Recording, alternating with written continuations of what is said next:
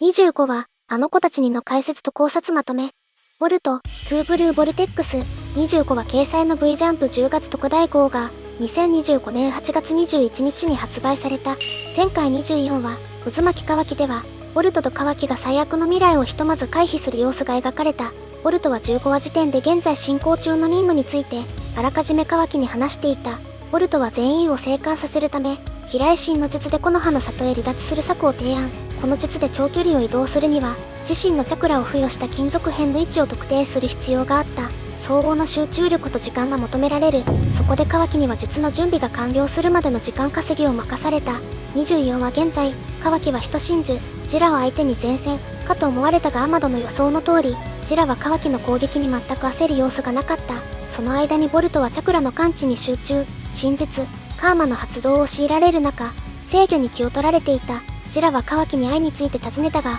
カワキは全く応じずに攻撃を続けた。激しい攻撃で砂煙が上がる中、ジラは背から無数の木の根を生やして出現。右目を再生させ、引き続き会話を試みる。ジラはナルトがすでに亡くなっていると認識していたが、カワキの反応から彼の生存を隠し、ナルトを捕食の標的にしていることを明かした。カワキが怒りを抑えきれなくなったところにボルトが現れ、チャクラの感知を報告した。カワキは最後にジラのナルトに目をつけた直感を高く評価しながらも、ジラを必ず倒すことを強く誓った。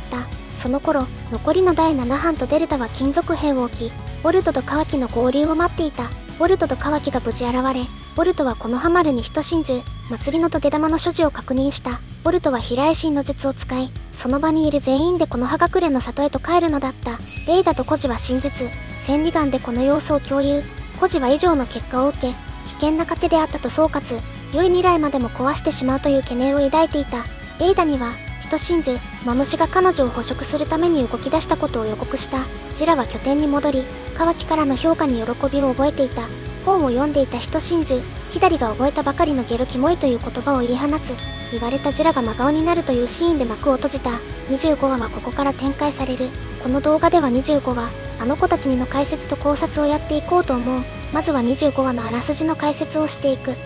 このチャンネルでは、ナルトやボルトを他にはない視点で深掘りしていきます。新たな発見や面白さにつながると思いますのでぜひチャンネル登録をお願いします。25話は風の国での任務が一段落し、木の葉の里での人間模様が展開された回となる。主に4つの場面で展開された。1つ目は爪垢の被害に遭った一部の人々の安否。このハマルは祭りのトゲ玉を萌木の木に突き刺すことで、無事萌木を救出することに成功した。萌木は意識を取り戻しており、しっかり休めば問題ない様子だった。シンキとガーラも無事だったとカンクローからの連絡が来ていた。アラヤが犠牲になった淀を連れながら、問題なく2人を助けたということになる。2つ目はサラダとスミレの関係に進展があった件。萌木のお見舞いに来ていたサラダとスミレ。サラダがスミレに話を切り出した。サラダはスミレのことを名前で呼び、自分がこれまで抱いていた悩みについて話した。ボルトのことを心配しているうちに自分の気持ちがわからなくなり、こんな自分は火影を目指していいのかと考えるまでになってしまっていた。しかし今のサラダはこの考えを捨て、素直にボルトのことが好きと思うようになった。ボルトの力になりたいという気持ちが実際に力となり、火影も目指せるとしている。スミレはサラダのライバルとして、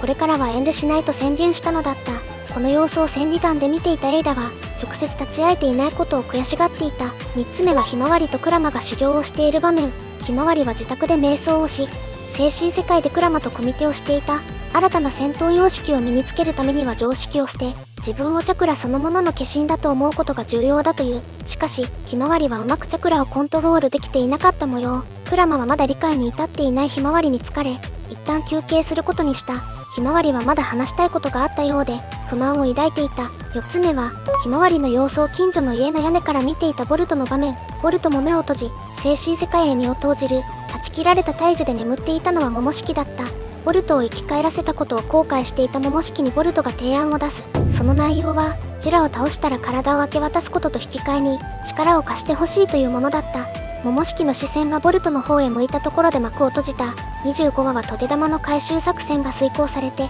珍しく少しの平穏が訪れた話となった。しかし、今回の進展はこれから起こるであろう戦いがさらなる激しさになることを予感させる。ボルトはなんとモモシキから力を借りようとしている。ようやく第2部での初登場を果たしたモモシキと、契約を結ぼうとするボルト。この両者の思惑に注目が集まる。ボルトはどのような方法でモモシキの力を借りるのだろうか。そして現在戦力を減らしている人真珠の側がどのような行動を起こしてくるかも読めない。ジュラが何を第一に考えて行動しているのかが気になるところである。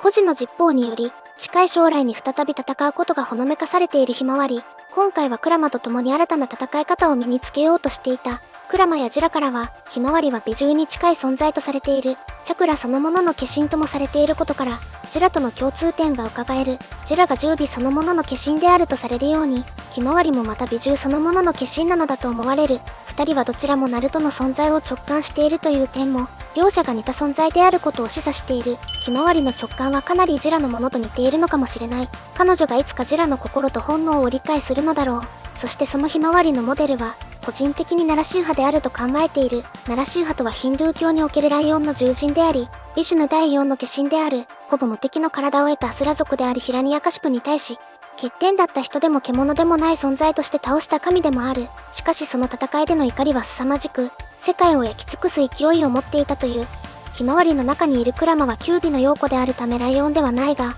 現在も最強の獣としての力を示している。ひまわりはクラマと一心同体になったことで美獣に近い存在として覚醒した。ジュラにとってひまわりという存在は人間と美獣が融合したものとして弱点の一つになる可能性がある。ただ怒りの感情のコントロールという課題はクラマの力を持っている以上避けられない。クラマの人中力であったナルトには過去に怒りの感情で九尾の力が暴走してしまう問題があった。ひまわりも過去のナルトのように暴走してしまう危険性があるだろう。しばらくは怒りを鎮めてくれる存在が必要となるかもしれない。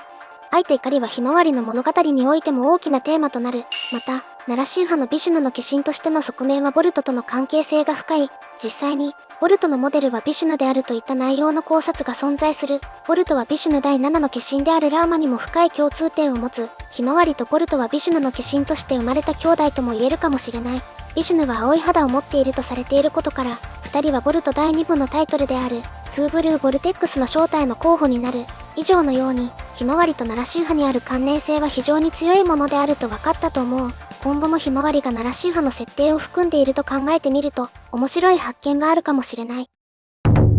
意外にも戦闘以外の場面で初登場を果たしたモモシキ。ボルトが彼の元に赴いたのは力を借りるためだった。そして何と言っても衝撃的だったのがボルトはジュラを倒した暁には自分の体を明け渡すというこの契約に合意があった場合ジュラを倒すタイミングが重要となってくる。第1部冒頭ではボルトが真実カーマを使ってカワキと対峙している。ジュラを倒すタイミングがこの前か後かが気になるところ。正直なところジュラの気まぐれ次第でどちらも考えられてしまう。戦いの時期はそこまで離れていないのではと考えている。一つ目の可能性としてボルトがジュラよりも先にカワキに勝利するというパターン。第1部冒頭の時点ではカーマを使いながらもボルトがモモシキに乗っ取られている様子はない。アニメでもモモシキの介入なくボルトとカワキが戦い始めている様子が確認できる。この時はまだジュラとの戦いを残している可能性が考えられる。ジュラは2人の戦いからこの星に生きる者たちの価値と行く末を占うのかもしれない。もう一つの可能性がボルトはカワキとの戦いで体を明け渡したというパターン。人真珠の問題を終わらせた後に起きるカワキとの決戦で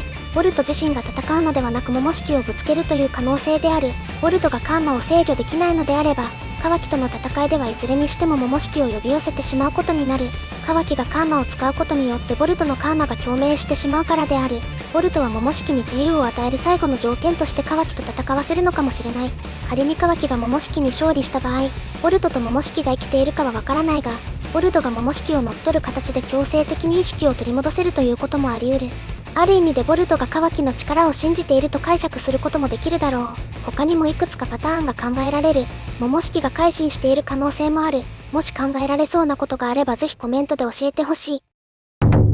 ボルトは今回の作戦で孤児からの警告を破る形で戦いに参戦した。結果としては何とか任務の完遂に導くことができたが非常に危険な賭けであったことには変わりない。ボルトの命が奪われてしまうことは世界の滅亡に直結している。ボルトは真珠計画の阻止に必要な存在ではあるが孤児からの信用は落ちてしまっている。それに加えボルトの参戦は世界の運命を大きく変えてしまった。今までボルトが滅亡を阻止する数少ない可能性もカワキの強化で変わってきている。カワキの強化により今後カワキがジュラを倒すというルートに近づいたということになる。これは孤児の心変わりにもつながるかもしれない。カワキは基礎的な修行を嫌うほどの合理的な性格を持っている。孤児とその真術である実報はこのカワキの思想とかなり相性がいい。カワキはボルトの協力者が孤児であることに気づいている節があるだけでなく、その協力者の予知能力を知っている。カワキと孤児は現在、お互いに興味を持っている状態だと考えられる。ボルトの参戦は、孤児がカワキに新たな力を授ける可能性を生んだと言えるだろ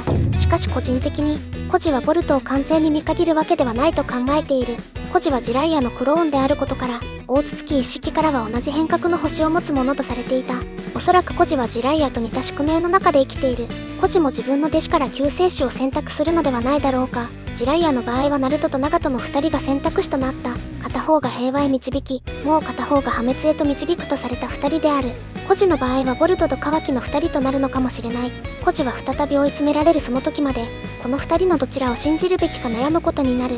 最後には合理性ではなく、彼に秘められた信念が問われる。そして、第1部冒頭の戦いで選択の結果が示されることになるだろう。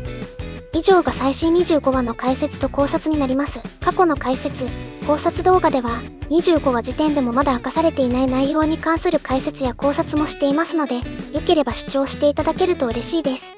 ここまでの内容は、個人的な妄想を多分に含んでいます。多めに見ていただけますと幸いです。今回の動画に関する感想や意見がありましたら、コメントで教えていただけると嬉しいです。もしこの動画が面白いと思ったら、高評価とチャンネル登録をお願いします。ご視聴ありがとうございました。